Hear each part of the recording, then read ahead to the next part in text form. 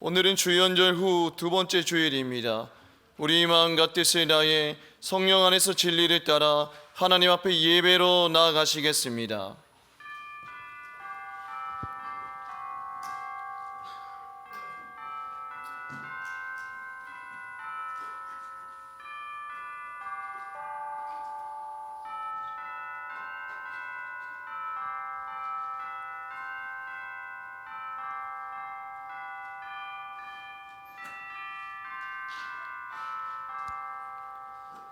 너희는 여호와 우리 하나님을 높여 그의 발등상 앞에서 경배할지어다.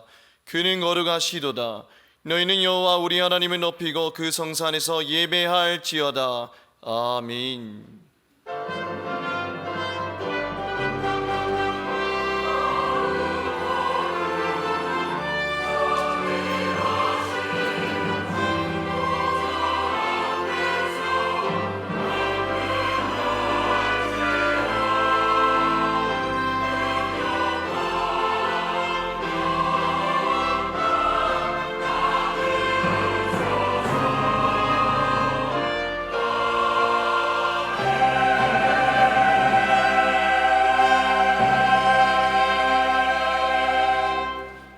우리 피난처가 되시는 하나님, 광야 같은 세상에서 고단한 삶을 이어가는 저희가 오늘 거룩한 주일을 맞이하여 성전으로 모였습니다.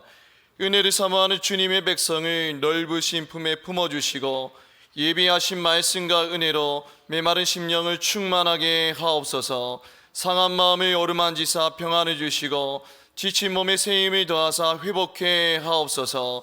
모든 영광을 거룩하신 삼위일체 하나님께 올려드리오며 예수님의 이름으로 기원하옵나이다. 아멘.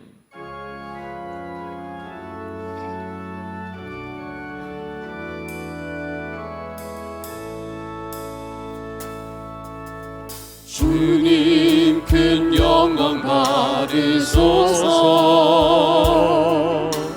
홀로 찬양 받으소서. 모든 이름 위에 뛰어난 그 이름 온 땅과 하늘이 다 찬양해.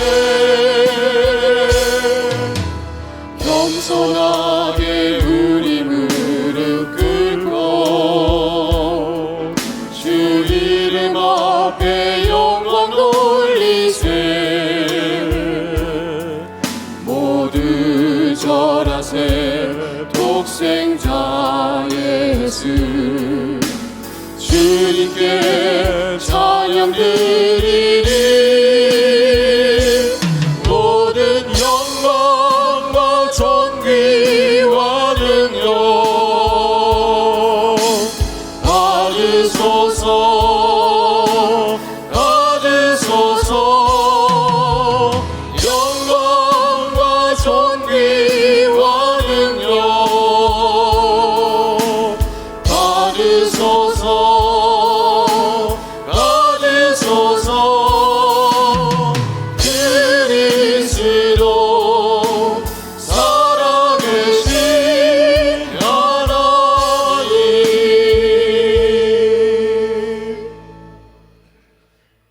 참회 기도를 드리시겠습니다. 사랑의 하나님, 참 마음으로 회개하는 사람을 멸시하지 않으시고 그 모든 죄를 용서해 주시는 주님을 의지하며 이 시간 참회의 기도를 드립니다.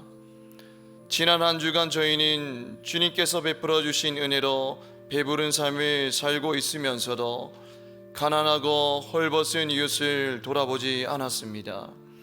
우리 상황과 형편으로 인하여 원망하고 불평하였으며 문제 앞에 낙심한 채 아무런 소망도 하지 않았습니다. 치유하시는 하나님의 말씀에 의지하여 우리를 변화시켜 나가기보다는 좌절하고 하나님을 불신하였던 저희의 죄를 용서하여 주옵소서. 예수님의 이름으로 참회 기도하옵고 이제는 우리 입술로 고백의 기도를 계속해 나가십니다.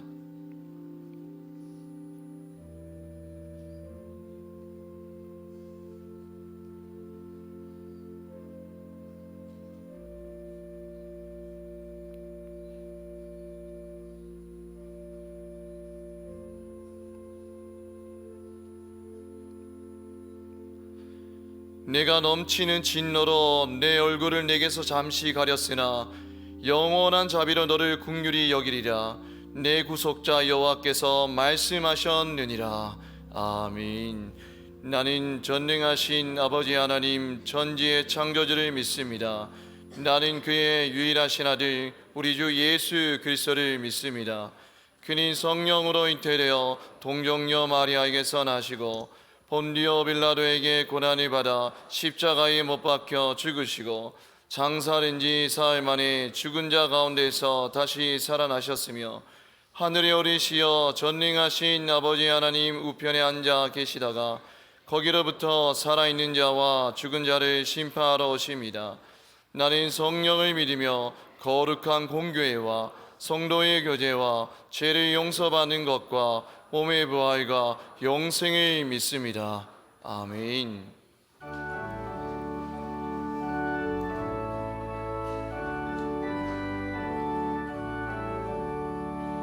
복의 근원 강림하사 찬송하게 하소서.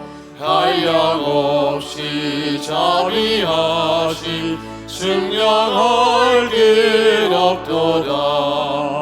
천사들의 찬송가를 내게 가르치소서. 구속하신 그 사랑을 항상 찬송합니다. 주의 크신 도움 받아 이때까지 왔으니 이와 같이 천국에도 이루기를 바라네. 하나님의 복을 떠나 죄에 빠진 우리를 예수 구원하시려고 보혈 흘려주셨네. 주의 귀한 은혜 받고 일생 빛이 차되네. 주의 은혜 사슬내사 나를 주께 매소서. 우리 마음은 연약하여 범죄하기 쉬우니 하나님이 받으시고 천국에 넣으시소서.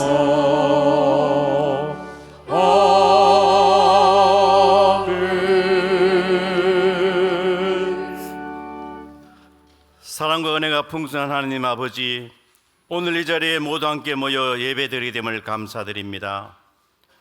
지난 한 주간 광야 같은 세상 가운데 저희들의 삶의 모습이 주님이 이끄시는 삶이었는지, 내 생각, 내 의지대로 살아왔는지 돌아보며 회개하는 이 시간 되게 하시옵소서. 살아있고 생명 있는 하나님 말씀을 매일 묵상을 통해 주님의 세밀한 음성을 듣게 하시고 내 생각과 뜻을 판단할 수 있는 은혜 내려주시길 간절히 원합니다. 죄로 말미암아 하나님이 주신 에덴 동산의 안식을 잊어버린 저희들을 위해 십자가에 돌아가시고 부활하신 예수 그리스도를 기억하며 살아가는 저희들 되게 도와주시옵소서. 율법을 완성한 오신 예수님의 말씀을 굳게 믿으며 지금도 인간들이 만든 율법의 행위들을 신앙의 참모습인 것처럼 강요하며 가르치는 사이비 교회와 사꾼 지도자들을 물리쳐 주시길 간절히 원합니다. 진정한 대제사장 되신 예수 그리스도만 따라가는 저희들에게 성령님 인도하여 주시옵소서. 젖먹이 같은 모습으로 예수를 알게 하지 마시고 장성한 모습으로 선악을 구별하는 영안 허락하여 주시옵소서. 강단에서 말씀을 전하는 사자를 지켜주시기를 간절히 원합니다. 성령 충만한 말씀을 통해 오직 주님만 드러나는 생명의 말씀이 되게 도와주시옵소서. 공의로우신 하나님 아버지, 우리나라의 어려운 현실을 긍휼히 여겨 주셔서 남북 대결은 물론이고 지역별, 경제적, 성별, 세대별, 정치적 갈등들이 점점 심화되는 이런 때 우리 성도들이 어디 있든지 무슨 일을 하든지 하나님이 주시는 지혜로 이 어려움을 극복하게 하시고 잘못된 길로 빠지지 않기를 간절히 소원합니다.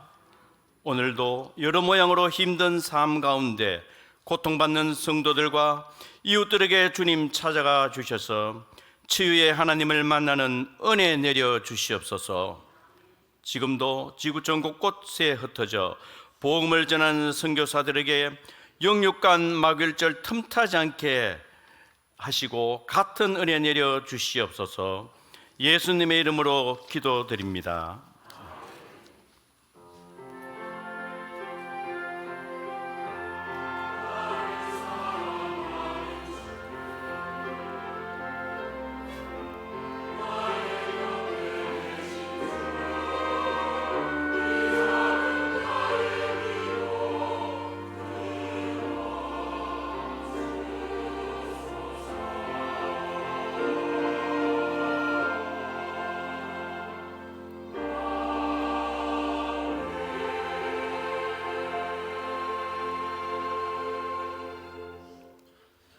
하나님께서 우리에게 주시는 말씀은 신약성경 고린도전서 9장 14절에서 24절까지 말씀입니다. 하나님의 말씀이 봉독할 때 경청하시기 바랍니다. 이와 같이 주께서도 복음 전하는 자들이 복음으로 말미암아 살리라 명하시느니라. 그러나 내가 이것을 하나도 쓰지 아니하였고 또 이 말을 쓰는 것은 내게 이같이 하여 달라는 것이 아니라 내가 차라리 죽을지언정 누구든지 내 자랑하는 것을 헛된 대로 돌리지 못하게 하리라. 내가 복음을 전할지라도 자랑할 것이 없음은 내가 부득불할 일임이라. 말이 복음을 전하지 아니하면 내게 화가 있을 것이로다.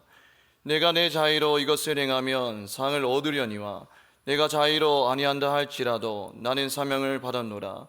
그런즉 내 상이 무엇이냐? 내가 복음을 전할 때에 값없이 전하고 복음으로 말미암아 내게 있는 권리를 다 쓰지 아니하는 이것이로다. 내가 모든 사람에게서 자유로우나 스스로 모든 사람에게 종이 된 것은 더 많은 사람을 얻고자 함이라.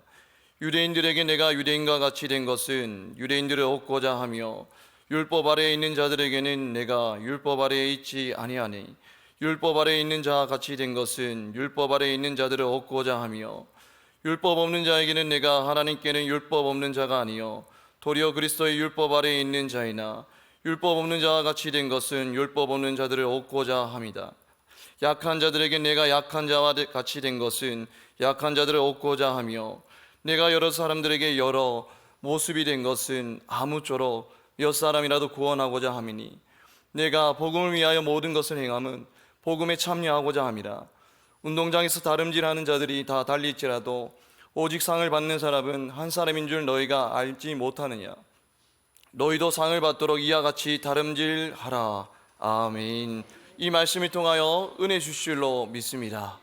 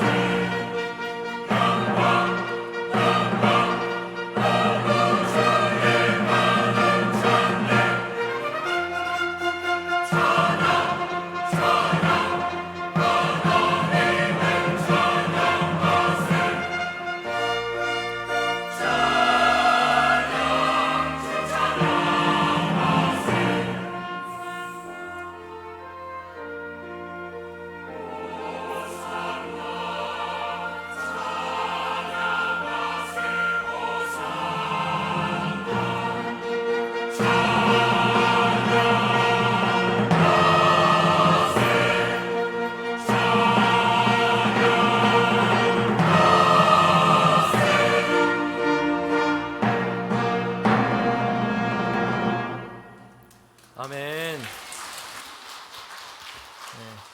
찬양과 영광을 하나님께 올려드립니다. 우리 예배하는 모든 성도님 가운데 주님의 평강이 함께 하시기를 바랍니다. 우리가 대림절을 시작하기 전까지 고린도전서 말씀을 함께 나눴습니다. 이제 절기가 지나고 또 새해가 지나고 함께 다시 고린도전서 말씀으로 도시와 복음의 영성이라는 주제로 함께 하나님 말씀 나누도록 하겠습니다. 우리는 바울의 인생을 통해서 그가 만나고 있는 어려움과 이 고난의 두 가지 측면을 생각해 볼 수 있습니다. 여러분, 바울은 그의 삶에서 두 가지 면에서 시련과 고난을 마주하고 있었습니다. 하나는 외부로부터 받는 고난이었습니다. 복음을 전하다가 믿지 않은 세상 가운데서 당하는 고난이었습니다. 또 한 가지는 그가 복음을 전하는 전도자였고 목회자였는데 교회 안에서 받았던 그런 오해, 성도들 사이에서 받았던 그런 오해였습니다. 신약 성경과 선교의 역사를 보면 바울은 참으로 대단한 인물이었습니다.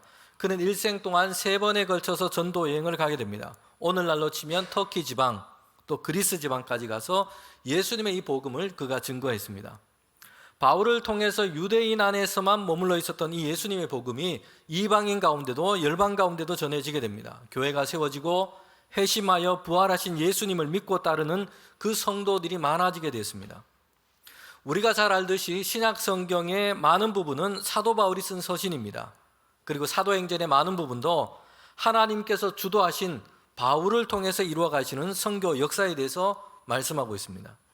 그리고 그의 인생 마지막에는 아직 60이 넘지 않은 장년의 나이였습니다. 로마를 향해서 복음 전하기 위하여 갔고 거기에서 그는 순교를 당하게 됩니다.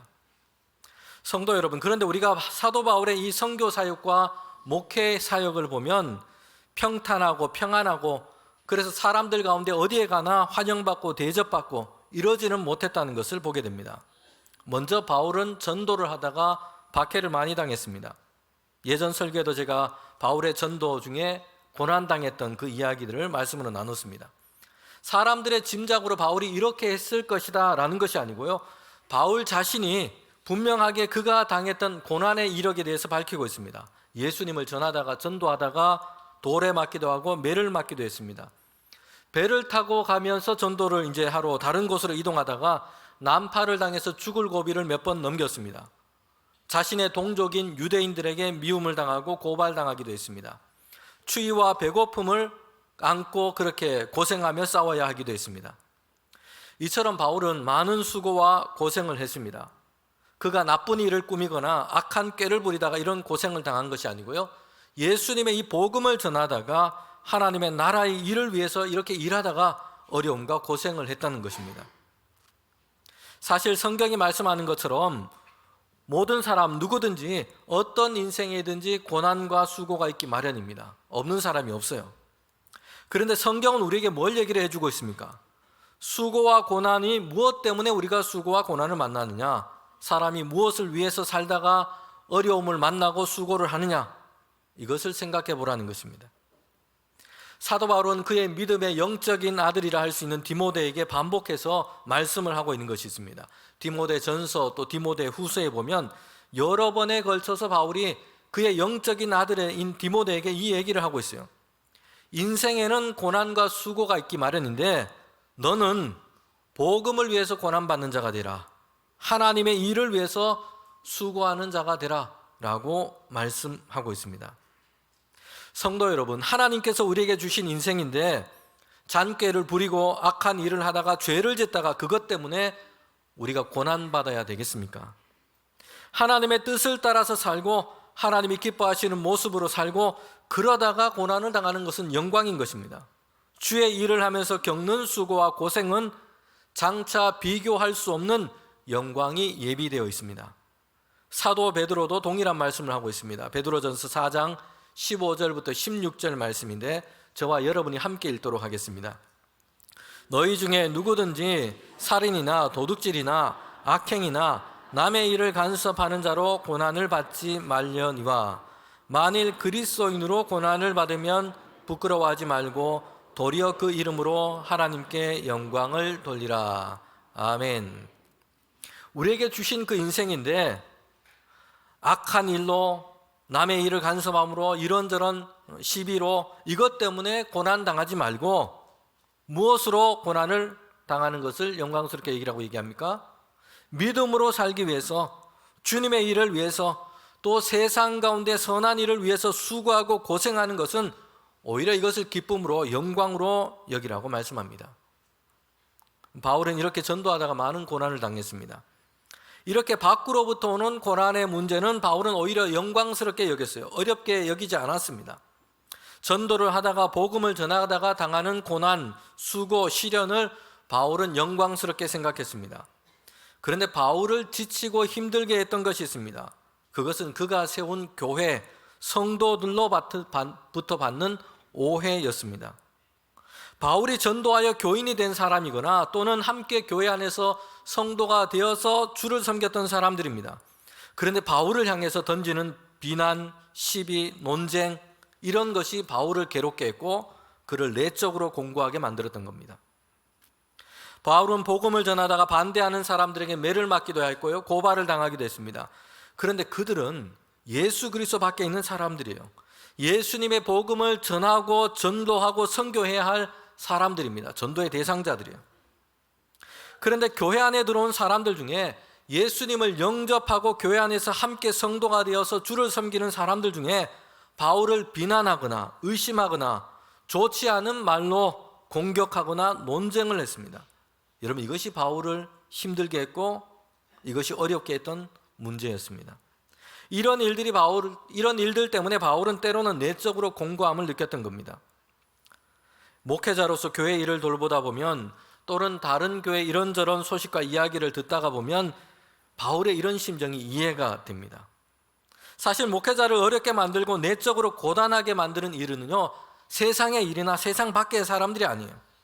교회 안에, 또 교회 안에 있는 사람들, 많은 경우는 교회 안에 교인 가운데 있는 경우가 많습니다. 이것은 목회자들만 그런 것이 아니고요, 교우들이 신앙생활 하면서도 우리가 그렇게 경험합니다. 상처받고 낙심하게 되고 교회를 떠나는 일들이 있고요, 신앙생활을 하다가 신앙의 어떤 회의감을 느끼게 됩니다. 신앙생활을 그만두는 경우도 있습니다. 그런데 그 이유를 보면 교회 밖에 있는 사람들 때문이 아니고요, 교회 안에 있는 사람들 때문에, 목회자나 또는 가깝게 신앙생활을 함께하고 있던 다른 교인들로 인해서 이런 일이 일어나고 있다는 거죠. 여러분, 그런 의미에서 우리는 좀 더 우리가 예수님 안에서 성숙해지고 온전해져 가야 합니다. 세상에서는 온기와 사랑을 잘 느끼지 못합니다. 세상에는 시달리고 지치고 차갑고 그렇게 살아왔습니다. 그런데 교회에 오면 서로 격려가 넘치고 서로를 위해서 기도하고 손을 펴서 어려운 형편을 돌보아주고, 여러분, 이렇게 되어야 되는 것입니다. 교회에서는 곁에 있는 그 사람들을 통해서 하나님의 사랑과 은혜가 느껴지고 경험되어져야 합니다. 여러분, 그런 의미에서 옆에 있는 분들과 한번 인사를 합시다. 내가 앞으로 잘할게. 네. 여러분, 우리는 흔히 교회에서 사람들 사이에서 상처받으면 이렇게 얘기합니다. 야, 사람 보지 말고 예수님을 믿어야지, 예수님을 보고 신앙생활 해야지, 이런 얘기를 합니다. 여러분, 그러나 우리의 믿음의 공동체가 늘 이런 말을 반복하고 이런 상황이 반복이 되고 있다면 여러분, 우리는 온전해져 가야 합니다. 종교개혁자인 마틴 루터는 우리에게 반대의 이야기를 하고 있습니다. 이렇게 얘기합니다. 그리스도인은 이웃과 곁에 있는 사람들에게 그리스도들이 되어야 한다. 그리스도인은 이웃과 곁에 있는 사람들에게 그리스도들이 되어야 한다. 이렇게 얘기했어요. 여러분, 그 말의 의미가 무엇인지를 우리는 알게 됩니다. 여러분, 그리스도인은, 신자는 다른 사람들에게 사람의 악함, 이기적인 본성, 이게 어떠한지 이걸 느끼게 해주는 그런 존재가 되어서는 안 되는 거죠. 오히려 신자는 그리스도께서 우리 안에 살아계셔서 옆에 있는 사람들에게, 이웃들에게, 다른 사람들에게 그리스도 예수의 사랑의 은혜가 얼마나 큰지, 이것이 어떠한지를 보여주는 그런 존재가 되어야 할 줄 믿습니다. 여러분, 그렇다면 바울이 교회 내부로 받았던 어떤 반대, 논쟁, 이것은 무엇이었습니까? 오늘 우리가 읽은 이 고린도전서 9장은 이것을 배경으로 하고 있습니다. 바울의 사도권에 관한 것이었습니다. 바울은 이 문제 때문에 거듭해서 교회 내부로부터 일종의 어떤 반대, 시기와 비판을 받아왔습니다. 오늘 본문뿐만 아니라 바울이 쓴 다른 서신서에도 보면 바울이 여기에 대해서 지금 변론하고 있는 부분이 있습니다. 이래서는 안 되겠다 싶을 때 바울은 여기에 대해서 분명하게 자기 변론을 하고 있는 것입니다. 바울이 교회 내부로부터 교회에 속한 사람들로부터 받는 어려움은 사도권에 대한 비판과 의심이었습니다. 바울을 향해서 이렇게 얘기를 하는 사람들이 있었다는 것이요. 야, 당신이 진짜 사도 맞냐? 당신은 사도의 자격이 없지 않느냐? 사도라고 불릴 수 없다. 이렇게 반대하는 이들이 바울 곁에 교회 안에 있었던 것입니다. 바울의 사도권에 대해 반대하는 사람들의 논리는 분명했습니다. 바울은 예수님과 함께했던 12명의 제자에 들어있지 않았기 때문입니다. 여러분, 예수님은 12명의 제자를 부르셨죠. 갈릴리와 유대 땅에서 제자로 삼으시고 그리고 3년 동안 이 제자들과 함께 보냈습니다. 예수님의 기적과 이적을 그들은 보았습니다. 예수님의 설교 말씀을 그들은 들었어요. 그리고 예루살렘에 들어가셔서 십자가를 지시기까지 그들은 함께 했습니다. 예수님의 이런 제자들을 사도라고 불렀던 것입니다.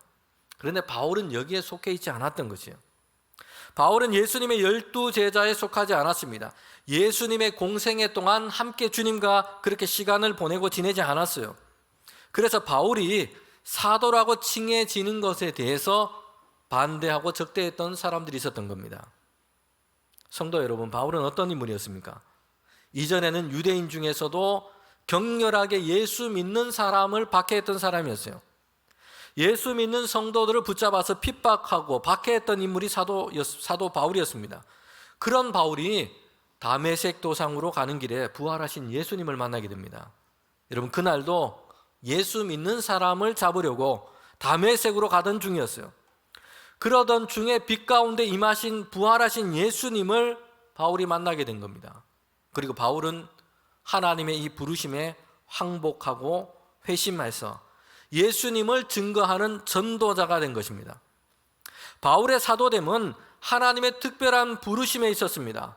바울을 세우셔서 이방인의 사도, 이방인을 위한 복음 전도자로 하나님은 그를 택하셨기 때문입니다. 여러분, 바울은 자기 사도됨과 또한 사도의 권한을 주장하고 이것을 자랑했던 사람이 아니었습니다.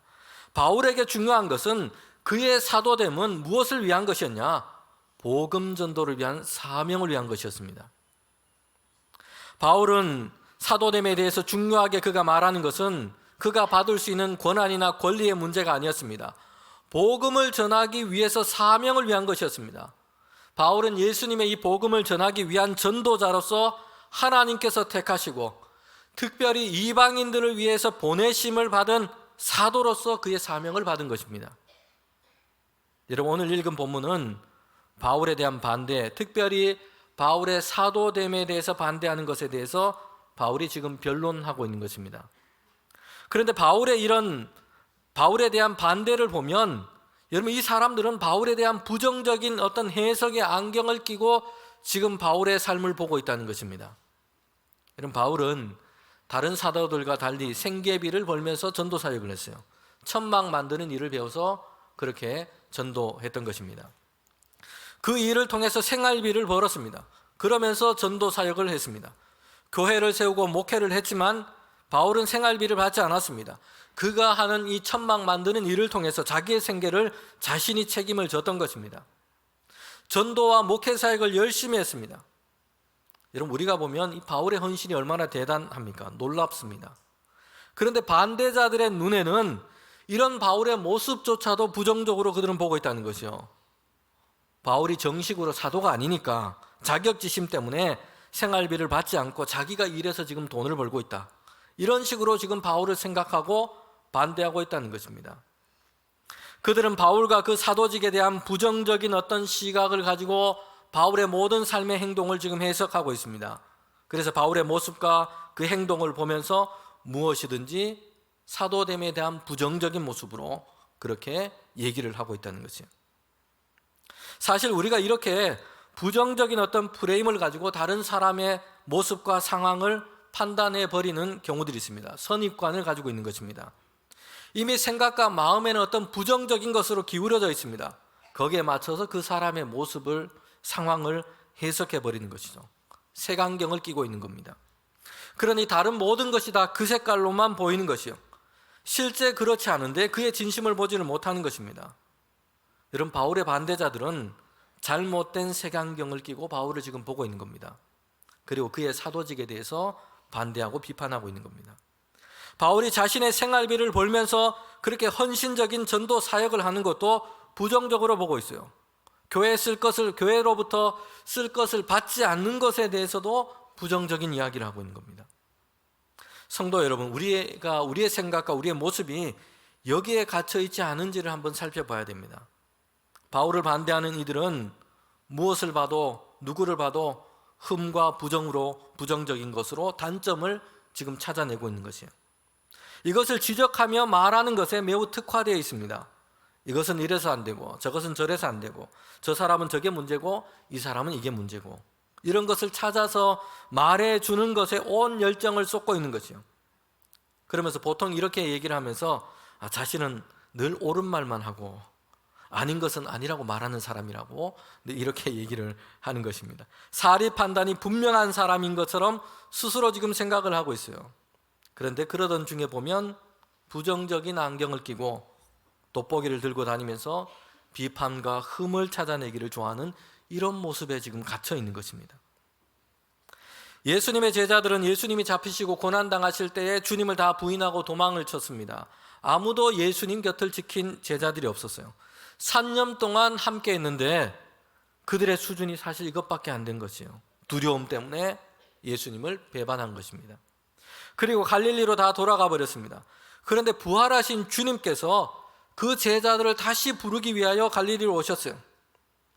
그러면서 주님은 그들의 잘못을 지적하거나 비판하시는 말씀을 하지 않으세요. 야, 너 왜 그랬냐? 너 이것밖에 안 되냐? 이런 말씀을 전혀 하지 않으세요. 주님은 그들에게 사랑하느냐라는 것을 물으신 것이요.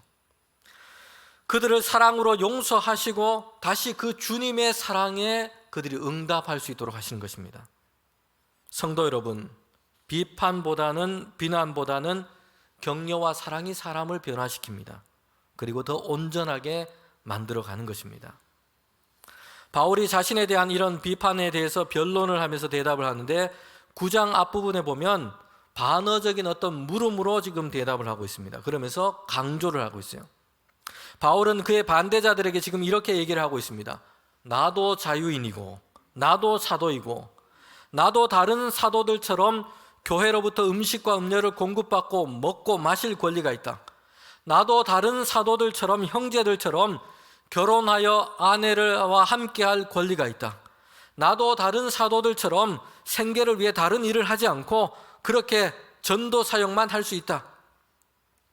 바울은 자신도 다른 사도들처럼 형제들처럼 그런 권리가 있고 그렇게 할 수 있다라고 얘기를 하고 있어요. 지금 바울은 다른 사도들이 그렇게 하고 있는 것에 대해서 야, 이거 잘못이다, 이 이야기를 하고 있지 않아요. 오히려 율법과 규례를 따라서 세상의 일반적인 이치로 봤을 때 이것은 당연한 것이라고 밝히고 있습니다. 오늘 고린도전서 9장 9절에 보면 모세의 율법의 곡식을 밟았더는 소에게 망을 씌우지 말라, 이렇게 얘기하고 있죠. 이처럼 소가 곡식을 밟아서 추수를 하는데 소에게 망을 씌우지 말라고 했어요. 왜냐하면 일하면서 그것을 먹도록 한 것입니다. 소의 품삯인 것입니다. 이처럼 사도들도 교회와 주의 일을 할 때에 그것으로 먹을 것과 입을 것과 생활에 필요한 것을 공급받는 것이 마땅하다라고 바울은 얘기합니다. 고린도전서 9장 13절부터 14절에 보면 성전의 일을 하는 이들은 성전에서부터 나는 것을 먹고 제단을 섬기는 자들은 제단에서부터 나오는 것을 얻고 복음을 전하는 자들은 복음을 전하는 일을 하여 그들의 생활을 하도록 해라. 이게 정당하다라고 얘기를 합니다. 여러분, 그런데 바울은 여기서 무엇을 이야기하고 싶은 겁니까? 그런데 왜 사도 바울은 이렇게 마땅한 권리를 자기 자신에 대해서는 주장하지 않고 이 자신의 권리, 사도의 권리를 왜 내려놓았는지를 지금 얘기를 하고 있습니다. 여러분, 바울의 반대자들은 바울이 이런 사도의 권한을 주장하지 않고 하지 않는 것에 대해서 사도직을 의심하면서 비난하고 비판하고 있습니다. 그런데 바울은 내가 진짜 사도인데 하나님께서 나를 사도로 부르셨는데 내가 왜 이것을 내려놓았는지에 대해서 바울은 설명해 주고 있는 겁니다. 사도 바울의 반대자들은 바울이 진짜 사도가 아니니까 자격지심에 교회로부터 받는 생활에 필요한 것을 공급받지 않는 것이 아니냐, 천막을 만들고 자기 생활을 비를 벌고 있지 않느냐. 사람들은 바울의 이런 권리 포기를 보고는 오히려 바울의 사도직을 의심하고 비판하고 있습니다. 그런데 바울은 자신의 사도직을 변호할 뿐만 아니라 더 많은 말로 내가 왜 사도가 취할 수 있는 이 권리를 주장하지 않았는지, 내가 왜 이 권리를 내려놓았는지를 지금 설명해 주고 있는 겁니다. 여러분, 성도 여러분, 여기서 우리는 바울이 그들의 반대자들에 대해서 변론하는 그 모습과 태도를 한번 볼 필요가 있습니다. 반대에 대해서 변론하는 바울의 품격을 우리가 좀 배워야 합니다. 영국의 수상이었던 처칠과 그 당시 극작가로 유명했던 버나드 쇼 사이에는 이런 일이 있었습니다. 이 두 사람 다 모두가 자신감에 가득 차 있던 어떤 그런 기질을 가지고 있었습니다. 그리고 말과 글에 아주 능한 사람이었습니다. 버나드 쇼는 처칠에게 자신의 이 공연 초청장을 보냈습니다. 그의 작품이 이제 개막 공연을 하는데 여기에 대한 티켓 2장과 초청장을 보내서 이렇게 적었습니다. 새 연극 개막 공연 티켓 2장을 보내드립니다. 하나는 귀하의 것이고 하나는 친구의 것입니다. 혹시 친구가 있다면요. 여러분, 정치 지도자였던 처칠에 대해서 그가 매우 좀 독선적이고 이렇게 보이는 것에 대해서 이 버나드 쇼는 간접적으로 이렇게 비판을 한 거예요. 그러다 처칠이 즉각적으로 대답하면서 답장을 보냈습니다. 귀하가 보내준 초청장, 연극 티켓에 참으로 감사를 드립니다. 어렵게도 저는 일정 때문에 바빠서 개막 공연을 관람할 수는 없습니다. 그런데 둘째 날에는 제가 기꺼이 관람하겠습니다. 혹시 공연이 둘째 날까지 간다면요. 이렇게 응답을 해주었습니다. 여러분, 사실 이 경우는 그래도 유머가 있고 해악이 있지 않습니까? 그런데 우리가 반대를 부딪혔을 때 서로 말의 폭력으로 악순환을 만들어가는 경우들이 얼마나 많습니까? 근데 바울은 자신에 대한 이 반대를 마주했어요. 그런데 바울은 여기에 대해서 반대하는 사람들에 대한 반대, 비판하는 사람들에 대한 비판으로 그렇게 대응하고 있지 않습니다.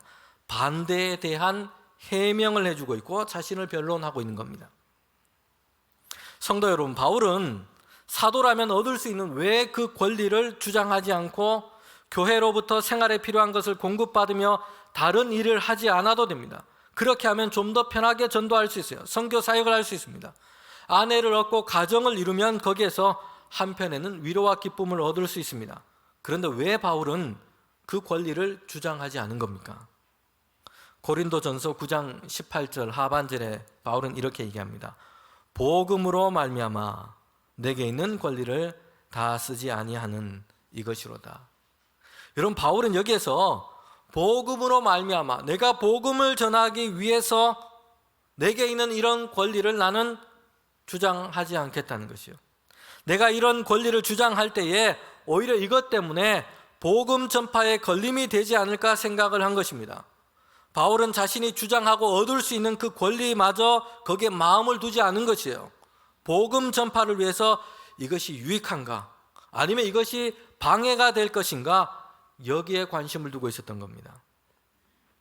바울은 자유인이었고 심지어 바울은 로마의 시민권을 가진 사람이었습니다. 그런데 그는 모든 사람들에게 종인 것처럼 그렇게 선교 사역을 하면서 행동했습니다. 그래서 유대인들에게는 유대인이 되었고 율법이 없는 이방인들에게는 이방인같이 되었습니다. 약한 자들에게는 약한 자들이 되었어요. 바울이 이렇게 한 것은 한 가지 목적 때문이었습니다. 그들에게 예수님을 전하기 위해서, 복음을 전하기 위해서였습니다. 고린도전서 9장 23절 말씀입니다. 내가 복음을 위하여 모든 것을 행함은 복음에 참여하고자 함이라. 아멘.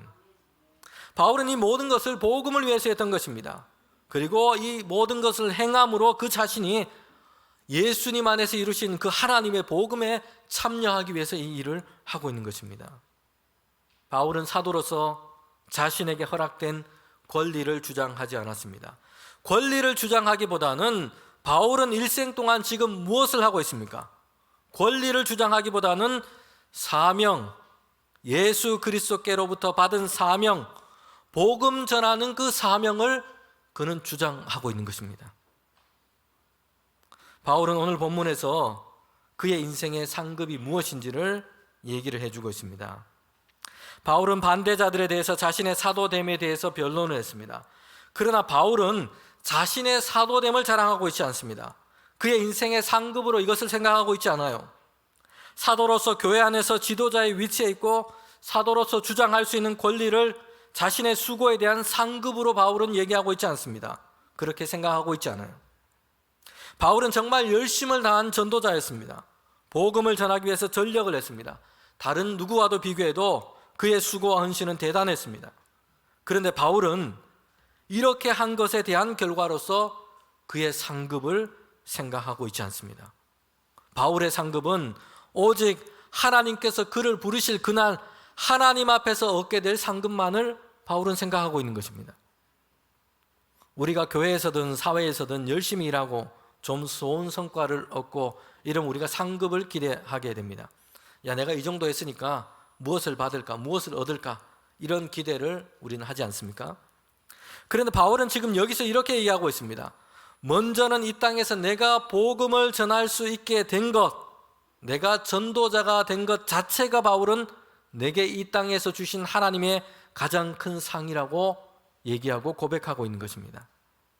고린도전서 9장 18절에 보면 그런즉 내 상이 무엇이냐? 내가 복음을 전할 때 값없이 전하고 복음으로 말미암아 내게 있는 권리를 다 쓰지 아니하는 이것이로다. 값없이 전하고 내 권리를 주장하지 않고 복음을 전할 수 있게 된 것, 이것이 바울에게는 사명이었고 동시에 하나님께서 그에게 주신 상급이었던 것입니다. 여러분, 바울은 복음 전하는 그 일, 이것을 한 것 가지고 자기의 자랑을 삼지 않았습니다. 예수 그리스도의 복음이 자랑되는 것이 아니고 복음 전하는 자신의 헌신과 노력이 자랑될 것을 바울은 경계했어요. 주의했습니다. 그래서 바울은 내가 복음을 전할지라도 자랑할 것이 없다라고 고백합니다. 바울은 예수 믿는 사람들을 박해하고 핍박했던 사람이었습니다. 그리스도 밖에서 멸망의 길로 지금 내려가던 사람이었어요. 그런 바울이 예수님을 만났고 하나님의 구원하심을 얻었고 하나님의 자녀가 되었습니다.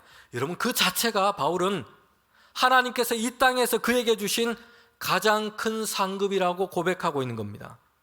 그리고 전도자로서 예수님의 복음을 전하고 그 전도 복음 전파 사역에 참여할 수 있게 된 것이 가장 큰 영광이요, 가장 큰 상급이요, 가장 큰 은혜라고 바울은 얘기하고 있습니다. 성도 여러분, 우리가 이 땅에서 하나님께로부터 받은 가장 큰 상과 축복이 무엇이라고 생각하십니까? 좋은 직장, 좋은 집, 넉넉한 재산, 사회적인 성공, 이 모든 것들도 하나님께서 우리에게 허락하신 좋은 것입니다. 그런데 가장 큰 축복은, 가장 큰 복은 우리가 예수 그리스도를 믿고 하나님의 자녀가 된 것이고 우리가 신자가 된 것입니다. 여러분, 그리고 우리가 이제 그 은혜 안에서 마지막 날에 영원한 생명과 하나님의 나라를 얻게 될 것입니다. 하나님 앞에서 우리가 얻을 상급인 것입니다. 오늘 우리가 이렇게 예수 그리스도 안에서 하나님의 구원의 소식을 듣고 믿어 우리는 성도가 되었습니다. 예수님의 이 구원 사역의 배경이 된 유대 땅에서 이렇게 멀리 떨어져 있는 한반도에 교회가 세워졌고 우리는 여기서 하나님을 예배하는 신앙생활을 지금 하고 있습니다. 여러분, 그런데 이것은 예수님의 복음을 위해서, 교회를 위해서 자신이 주장할 수 있는 권리조차 내려놓은 바울에게 우리가 빚을 지고 있는 것입니다. 바울은 권리를 주장하지 않고 하나님께로부터 받은 바 그 사명을 주장하고 말하는 삶을 살았던 것입니다. 성도 여러분, 교회는 나의 권리를 주장하는 것이 아닙니다. 교회는 우리가 함께 모여서 예수 그리스도께로부터 받은 사명을 주장하는 곳이 되어야 할 줄 믿습니다. 오늘 우리 대봉교회가 날마다 주님께로부터 받은 은혜와 사명을 주장하는 믿음의 공동체로 세워지기를 주님의 이름으로 축원합니다. 함께 기도드리겠습니다. 하나님 참 감사합니다. 주님께서 우리를 예수님의 그 십자가의 보혈로 하나님의 자녀 삼아 주시고 하나님을 믿는 신자로 우리를 세워 주셨습니다. 하나님, 그것이 이 땅에서 하나님이 주신 가장 큰 복이요 우리의 상임을 기억하게 하시고, 주님, 이 땅을 살아갈 때는 하나님, 내가 하나님 앞에서 교회 안에서 나의 권리 주장보다는 예수 그리스도께로부터 받은 그 사명을 말하고 이것을 주장하는 인생이 될 수 있도록 인도하여 주시옵소서. 예수님의 이름으로 기도합니다. 아멘.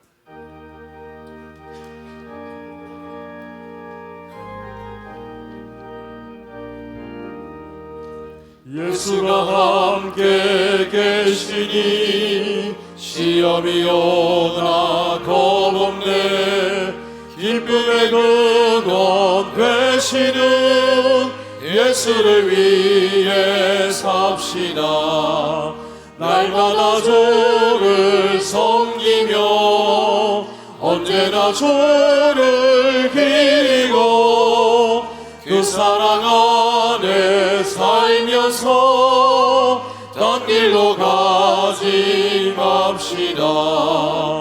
이 세상 사는 동안에 주 이름 전파하면서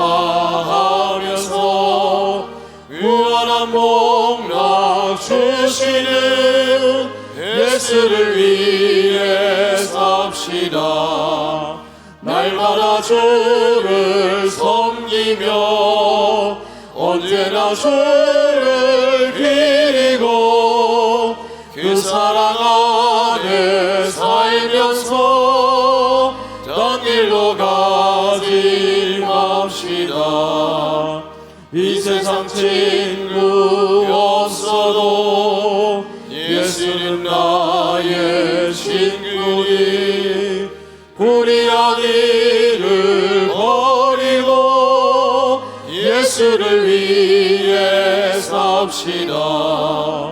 날마다 주를 섬기며 언제나 주를 기리고 그 사랑 안에 살면서 딴 길로 가지 맙시다. 주께서 심판하실 때 잘했다 칭찬하리니 이러한 상급 받도록 예수를 위해 삽시다. 날마다 주를 섬기며 언제나 주를 기리고 그 사랑 안에 살면서 딴 길로 가지 맙시다.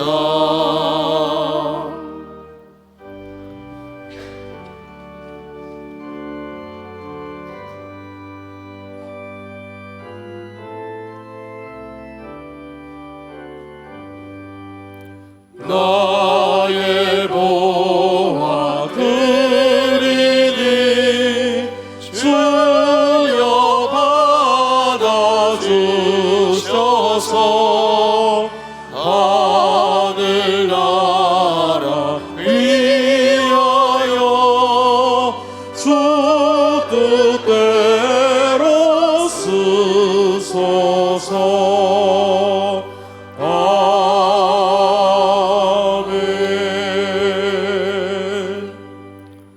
한 주 동안 저희의 삶을 인도하신 하나님, 이 시간 예배하며 귀한 예물을 하나님께 올려드립니다. 하나님께서 주신 인생, 하나님께서 주신 것입니다.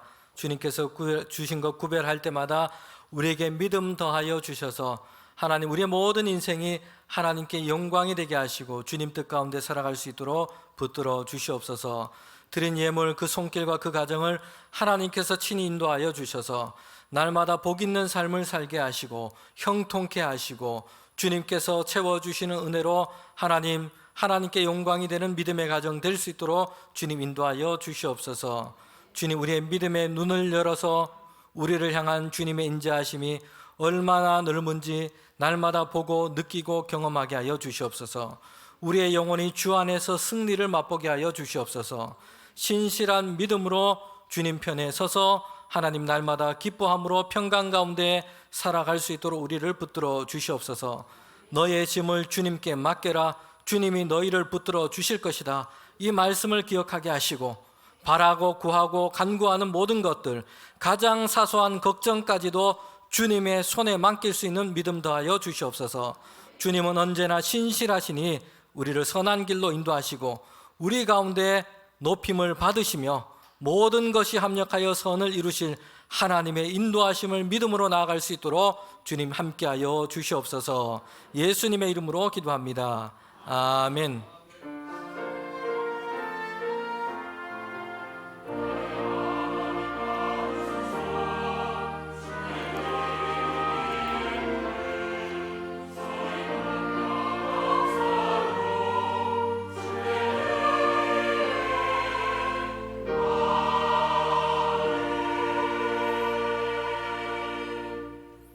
우리 자리에 앉으시면 오늘 예배하면서 우리 등록하신 세 가족 있습니다.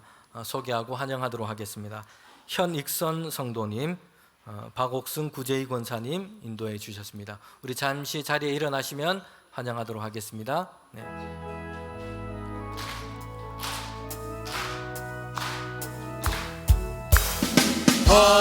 환영합니다.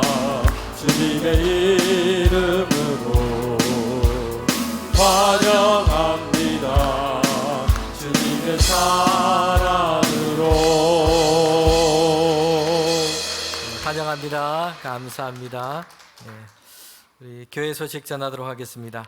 오늘은 주연절 후 두 번째 주일입니다. 그리고 오늘 찬양 예배는 재직 헌신 예배로 드립니다. 우리 모든 재직들 우리 찬양 예배 오늘 함께 참석해 주시기를 바랍니다. 한 해를 시작하면서 우리가 헌신을 다짐하며 함께 예배 드리겠습니다. 우리 다음 주일은 교단 총회가 정한 여전도의 주일입니다. 그리고 찬양 예배는 우리 교회 여전도의 연합회에 함께 헌신 예배로 예배 드립니다. 우리 교회 소식 중에 5번째 5번에 보면 베델 기도원 동계 수련회 준비 및 정비하는 날을 정했습니다. 우리 겨울 수련회가 중고등부 또 우리 청년부가 베델 수련원에서 진행되게 됩니다. 그걸 위한 준비입니다. 1월 20일 토요일 날 그렇게 기도원 준비 및 정비를 하려고 합니다. 우리 많은 분들 좀 오셔서 함께 협력해 주시면 좋겠습니다. 네, 교우 소식입니다. 지난 주간에 슬픔 당한 가정 2가정이 있습니다. 고 김기대 원로 장로님 소천하셨습니다. 우리 자녀 가정으로는 김동석 안수 집사님, 김수정 집사님입니다. 차석규 원로 장로님 지난 주간 소천하셨습니다. 우리 자녀 가정으로는 차신철 안수 집사님 되십니다. 가정 위해서 위로해 주시고 또 기도해 주시기를 바랍니다. 이사한 가정이 있습니다. 송권 집사님, 유은주 권사님 가정 이사하셨습니다. 그리고 지난 주일에 2부 찬양대 샬롬 찬양대 지휘자 새로 부임하셨습니다. 자, 우리 다 일어나셔서 함께 파송의 찬양 부르도록 하겠습니다.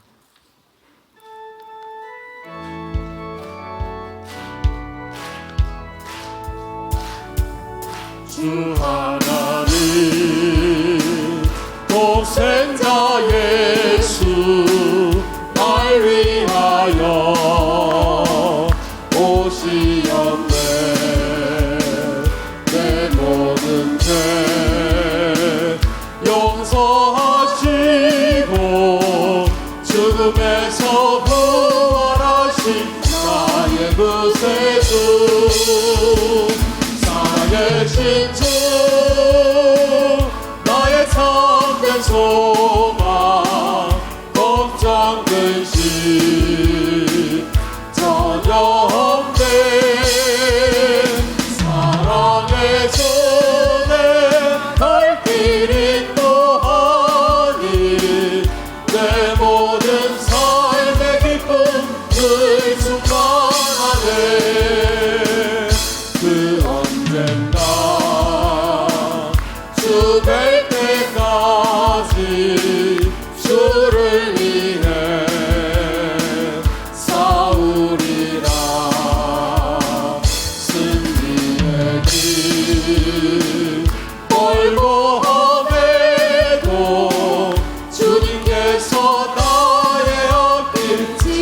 지켜주시리.